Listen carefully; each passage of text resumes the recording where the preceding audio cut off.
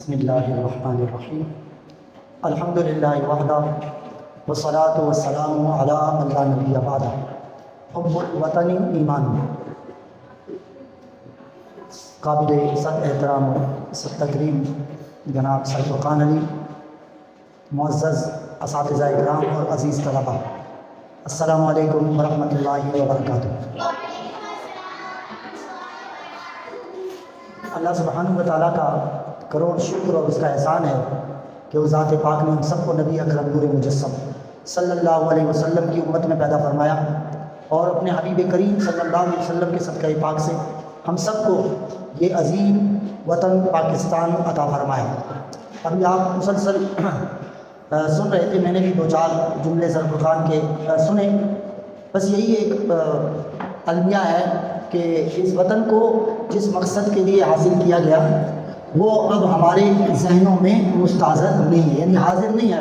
ہم اس مقصد کو بھول چکے ہیں کہ جو دور ترقی یافتہ دور اسے کہہ رہے ہیں، لیکن جب تک ہم اپنے ماضی کی طرف نگاہ نہیں کریں گے، جو قوم اپنے ماضی کو بھول جاتی ہے تو وہ کبھی اپنے مستقبل کو روشن نہیں بنا سکتی. اس لیے آپ تمام بچے اور اساتذہ اپنے جنریشن کے اندر یہ بات باور کرانے کی کوشش کریں کہ اس ملک کو حاصل کرنے کے لیے لاکھوں جانوں کی قربانیاں دی گئیں، اور یہ قربانی صرف اس لیے یہ قربانیاں دی گئیں کہ تاکہ ہم ایک آزاد وطن میں اپنے عقیدے اور نظریے کے مطابق زندگی گزار سکیں. تو اس نظریہ کیا تھا؟ ہم تو ہمیشہ، اب تو بچے یہ نعرہ بھی بھول گئے ہیں. وہ نعرہ کیا ہے کہ بھئی پاکستان کا مطلب کیا؟ یہ وہ سبق ہے جو ابھی آپ کو یاد کرایا گیا ہے، ورنہ بالعموم یہ نعرہ کسی کو یاد نہیں رہا. تو یہ ہے وہ مقصد کہ لا الہ الا اللہ، یعنی اللہ اور اس کے رسول صلی اللہ علیہ وسلم پر ایمان لا کر ان کے احکام کے مطابق ہم اپنی زندگی گزاریں.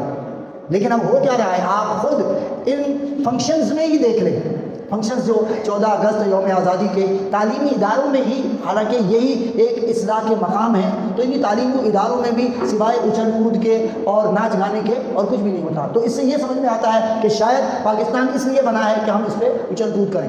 ہم تو اس بات پر حیران ہیں کہ اس وطن کے لیے ہر ماں، جیسے آپ کے پیرنٹس ہیں، آپ کے مما پاپا آپ سے محبت کرتے ہیں، آپ کے لیے ساری سہولتیں فراہم کرتے ہیں. کبھی بچہ بیمار ہو جائے تو ماں اس کے لیے سب کچھ کرتی ہے، باپ اپنی جمع پونجی لٹا دیتا ہے، لیکن کوئی بھی ماں ایسی نہیں ہوگی کہ وہ بچہ تھوڑا بیمار ہو جائے تو وہ اس کا گلا دبا دے اور اس کو مار دے. لیکن اس وطن کی آزادی کے لیے، اپنے ساتھیوں کو بچانے کے لیے ایک ماں نے اپنے دودھ پیتے بچے کا گلا تک گھونٹ دیا، اس کو مار دیا کہ تاکہ باقی بچ جائیں. ایک چھوٹا بچہ تو چلا گیا لیکن اس کے ساتھی. تو ان مراحل سے گزر کر یہ پاکستان ہمیں حاصل ہوا ہے. تو اس کی قدر کریں، جیسے ابھی آپ کو بتایا گیا، آپ نے سنا اور آپ نے اس کا جواب بھی دیا کہ ہم اللہ کا شکر کریں گے.